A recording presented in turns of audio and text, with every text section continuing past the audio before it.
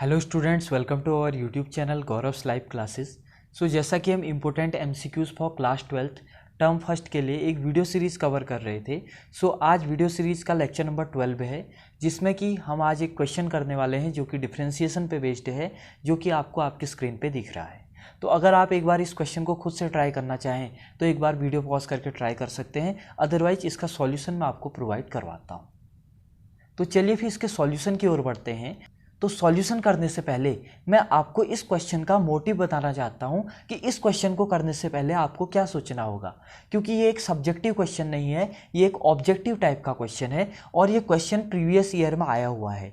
अभी तक जितने भी मैंने आपको क्वेश्चन कराए हुए हैं सभी ऑब्जेक्टिव क्वेश्चंस इस वीडियो सीरीज के प्रीवियस ईयर में आए हुए हैं। उन्हीं क्वेश्चंस को मैंने ऑब्जेक्टिव फॉर्म में कन्वर्ट किया हुआ है और सिर्फ उन्हीं क्वेश्चंस को मैंने ऑब्जेक्टिव फॉर्म में कन्वर्ट किया हुआ है जो ऑब्जेक्टिव फॉर्म में कन्वर्ट हो सकते हैं, क्योंकि कई सब्जेक्टिव क्वेश्चन ऐसे होते हैं जिसको आप किसी भी तरीके से ऑब्जेक्टिव में कन्वर्ट नहीं कर सकते हैं। बट जैसे कि ये क्वेश्चन है, इसको आप ईजिली ऑब्जेक्टिव क्वेश्चन में कन्वर्ट कर सकते हैं। ऑब्जेक्टिव क्वेश्चन में कन्वर्ट कर देने का मतलब सिर्फ इतना नहीं होता कि जो आपका आंसर्स है उसी के जैसे आप 4 ऑप्शन लगा दीजिए, सिर्फ माइनस प्लस का अंतर कर लीजिए। ऐसे क्वेश्चंस को ऑब्जेक्टिव फॉर्म में कन्वर्ट नहीं किया जाता है।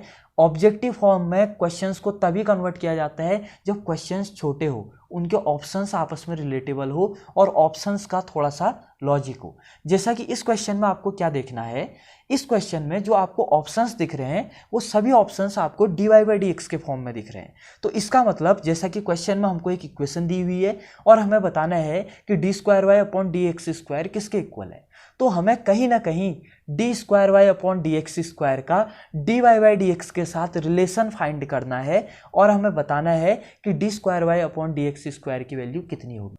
इस क्वेश्चन में हम d²y/dx² जो कि हमको दिया हुआ है उसको सिर्फ dy/dx के फॉर्म में कन्वर्ट करने की कोशिश करेंगे। अगर ये सब्जेक्टिव पेपर होता, इसका जस्ट आप एक बार डिफरेंशिएशन करते, देन डबल डिफरेंशिएशन करते और इसका आंसर निकाल लेते। बट चूंकि ये ऑब्जेक्टिव क्वेश्चन है और आपको इन 4 ऑप्शंस में से ही किसी एक ऑप्शन को टिक करना है, तो इसलिए आपको इस d²y/dx² को dy/dx के फॉर्म में कन्वर्ट करना होगा। तो ये इस क्वेश्चन का थीम है। अब आप बोलेंगे कि जरूरी तो ना है कि एग्जाम में हर कोई ऑप्शन dy/dx के फॉर्म में ही आए। तो देखिए, एक ऑप्शन तो dy/dx के फॉर्म में आएगा जो कि सही होगा। मान लीजिए कि बाकी ऑप्शन नहीं भी आए, तो उस एक ऑप्शन से आपको लॉजिक लगाना है कि इस वे में भी क्वेश्चन को हम ले जा सकते हैं। उस तरीके में मान लीजिए कि आपके ऑप्शन ऐसे आए, एक ऑप्शन आ गया आपका dy/dx, एक ऑप्शन आ गया आपका 5, एक ऑप्शन आ गया आपका dx/dy और एक ऑप्शन आ गया आपका 0। तो इस टाइप के क्वेश्चन में आपका या तो न्यूमेरिकल आएगा आंसर, या तो आपका dy/dx या dx/dy के फॉर्म में आएगा। तो आपको दो वे से क्वेश्चन को सोचते हुए चलना है कि एक बार आपको न्यूमेरिकल टाइप का निकालने की कोशिश करनी है कि क्या इसका सॉल्यूशन करके कुछ न्यूमेरिकल निकल सकता है, क्या कुछ न्यूमेरिकल वैल्यू निकल सकती है। अगर निकल सकती है तो वो आपके आंसर हो जाएंगे, और अगर नहीं निकल सकती है तो सीधा आपके माइंड में क्लिक करना चाहिए कि हम क्वेश्चन को dy/dx या dx/dy के फॉर्म में भी तो कन्वर्ट कर सकते हैं। तो ये चीज़ हमें सोचनी है। तो चलिए फिर इसका सॉल्यूशन जल्दी से कर लेते हैं। सिंपल सा क्वेश्चन है और मुझे लगता है कि अभी तक आपने शायद इसका सॉल्यूशन कर भी लिया होगा। तो चलिए फिर इसका सॉल्यूशन मैं आपको यहाँ पर प्रोवाइड करवा देता हूँ। हमें क्वेश्चन दिया हुआ है e⁻y × x+1 = 1, इक्वेशन दिया हुआ है। अब ध्यान से देखिएगा, एक मेथड मैं आपको यहाँ पर करवा रहा हूँ जो कि हमारा मेथड हमको एग्जाम में लगाना है, और एक मेथड में आपको होमवर्क दे रहा हूं। आपको ट्राई करके कमेंट में बताना है कि क्या उस मेथड से आपने आंसर निकाल लिया या नहीं निकाल लिया। अगर आप उस मेथड से आंसर निकाल लें तो इसका मतलब आप काफ़ी अच्छी प्रैक्टिस है आपके डिफरेंशिएशन में। तो पहला मेथड क्या है जो कि मैं आपको होमवर्क दे रहा हूं कि आपको जस्ट जैसा बेसिक डिफरेंशिएशन होता है, बोले तो dy/dx ऑफ e⁻y × x+1, इसको सॉल्व करके इक्वल टू dy/dx ऑफ 1, यानी कि बोथ साइड आपको डिफरेंशिएट करना है और सिंपली आंसर निकालना है, जैसा कि आपने किया भी होगा और अभी तक आप शायद ऐसा ही कर भी रहे होंगे। ये तो हुआ आपका बेसिक मेथड। ध्यान दीजिए, इस मेथड से आंसर तो आ जाएगा क्योंकि क्वेश्चन करने के 1000 मेथड होते हैं मैथमेटिक्स में, बट इसका आंसर आने में आपको काफ़ी टाइम लग जाएगा और आपको काफ़ी ज़्यादा लॉजिक की ज़रूरत पड़ेगी, क्योंकि आपको क्वेश्चन को ऐसे सिंप्लीफाई करना है ताकि आपका पूरा क्वेश्चन dy/dx के फॉर्म में अरेंज हो जाए। तो इस मेथड से करने में आपका टाइम लग सकता है, बट अगर आपने इस मेथड से आंसर निकाल लिया तो आप कमेंट करके बताएंगे कि आपने कितने टाइम में इसका आंसर निकाला या कितने स्टेप में आपने इसका आंसर निकाला। चलिए ठीक है, तो अब मैं आपको इसका सेकंड मेथड बताता हूं जो कि आपने एग्जाम में यूज करना है। तो सेकंड मेथड कौन सा है? लॉग लेके सॉल्व करने वाला, जैसा कि आपने एनसीईआरटी में पढ़ा भी होगा। तो देखिए लॉग लेके कैसे सॉल्व किया जाता है।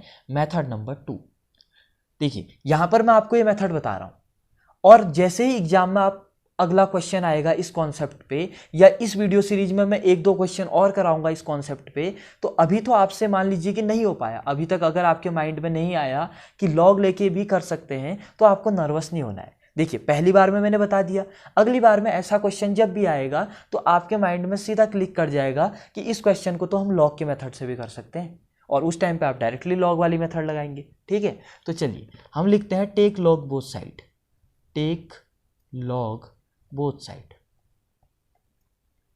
दोनों साइड लॉग ले लेते हैं।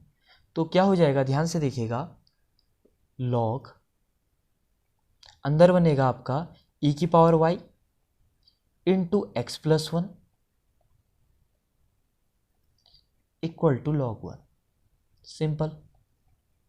सो यहां पर हो जाएगा लॉग, आप एक फॉर्मूला जानते हैं कि लॉग a इंटू बी का फॉर्मूला क्या होता है, log a plus log b, यही फॉर्मूला होता है। तो ये फॉर्मूला हम यहाँ पर यूज कर लेते हैं। देखिए लॉग यहाँ पर ये है आपका a और ये मान लीजिए आप b, तो यहाँ पर हो जाएगा लॉग e की पावर y, इसको सिंपली लिख लेते हैं लॉग e की power y plus log x plus 1, simple. Log a plus log b कर लिया, इक्वल टू लॉग 1 को एज इट इज रखिए। आप चाहें तो log 1 की वैल्यू भी रख सकते हैं, बट यहाँ पर मैं ऐसे ही सॉल्व कर रहा हूँ क्योंकि इसको 0 ही होना है जब हम डिफ्रेंशिएट कर लेंगे। ठीक है, तो यहाँ पर देखिए ये हो जाएगा आपका। अब हम कर लेते हैं differentiate with respect to x both side. तो चलिए फिर डिफ्रेंशिएट कर लेते हैं। e की पावर y, लॉग e की पावर y का डिफ्रेंशिएशन कितना हो जाएगा, देखिए चलिए एक स्टेप में मैं दिखा भी लेता हूँ, अगर आपको डिफ्रेंशिएशन नहीं आता है ज़्यादा अच्छे से तो ये भी क्लियर हो जाएगा। e की power y plus log x plus 1 equal to d/dx of log 1, ये निकालना है।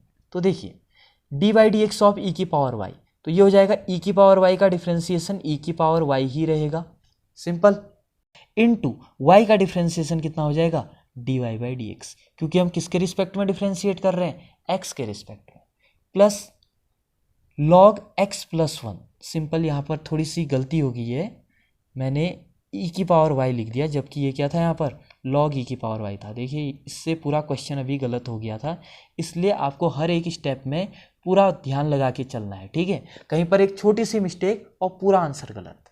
तो देखिए हमें निकालना है d/dx log e की पावर y, तो log e की पावर y का कितना हो जाएगा, log इसको t मानेंगे तो log t का 1/t बोले तो 1/e की पावर y इंटू e की पावर y का डिफ्रेंशिएशन e की पावर y ही रहेगा, इंटू y का डिफ्रेंशिएशन dy/dx।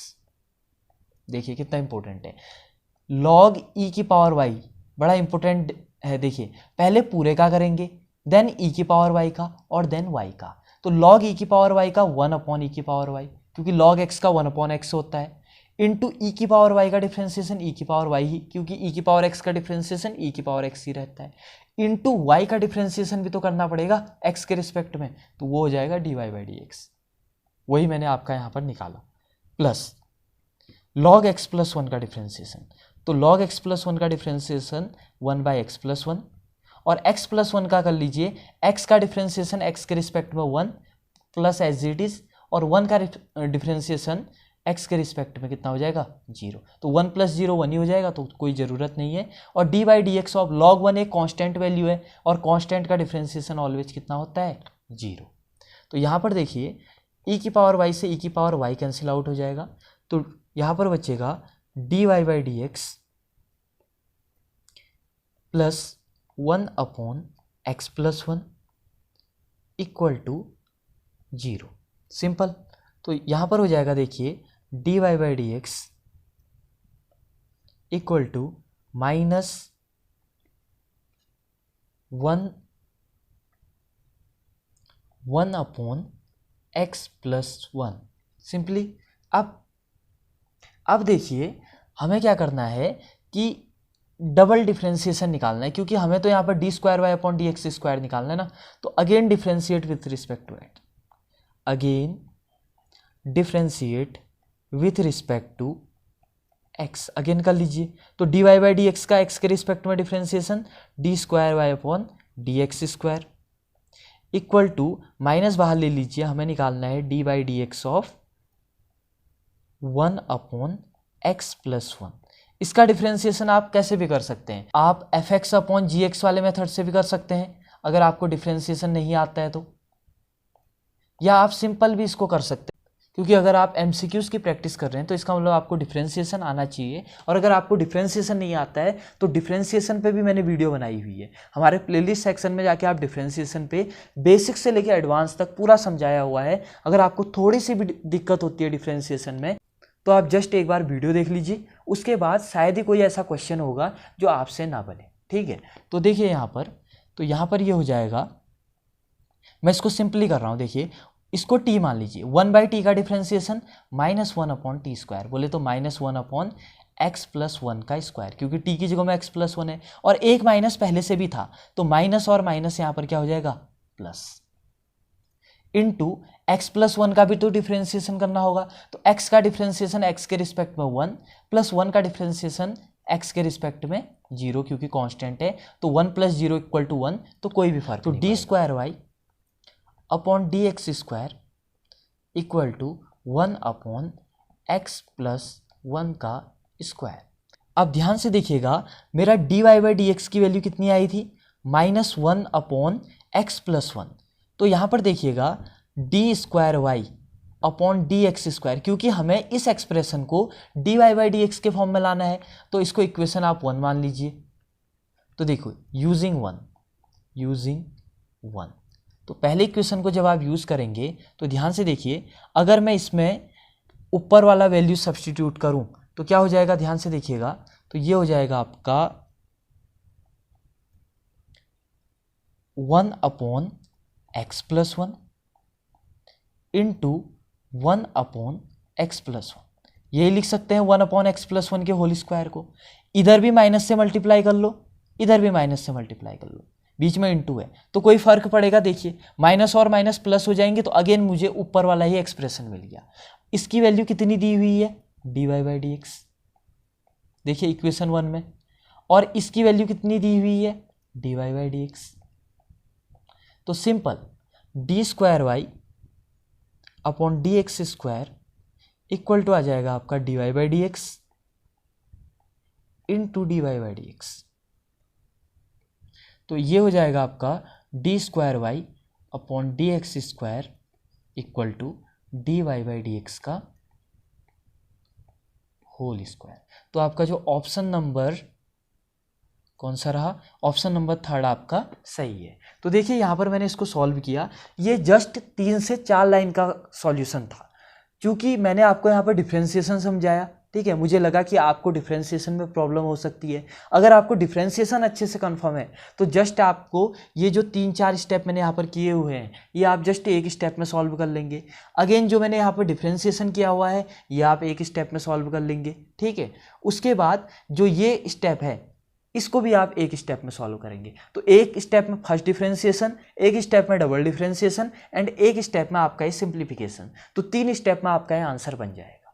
तो ज़्यादा टाइम नहीं लगेगा, बट इस टाइप के क्वेश्चन आ सकते हैं, तो इस क्वेश्चन को नोट कर लीजिए। ठीक है, जो भी ये क्वेश्चंस मैं आपको MCQ वीडियो सीरीज में करवा रहा हूँ, इनको कॉपी में आप ज़रूर नोट कर लीजिएगा, क्योंकि एमसीक्यूज़ में मैं देख रहा हूँ कि अधिकतर वीडियोस या तो काफ़ी टफ क्वेश्चन है, या तो जेई के क्वेश्चन है, या प्रीवियस आपका जो AIEEE का पेपर होता था उसके क्वेश्चन है, या वो क्वेश्चन काफ़ी सिंपल है, बोले तो वन लाइनर क्वेश्चन है। तो मैंने यहाँ पर कोशिश की है कि आपको ऐसे क्वेश्चन कराऊं कि जो ना कि वन लाइनर हो और ना ही जेई के क्वेश्चन हो, क्योंकि CBSE आपसे 70 के 70 क्वेश्चन तो वन लाइनर पूछ नहीं सकता ना।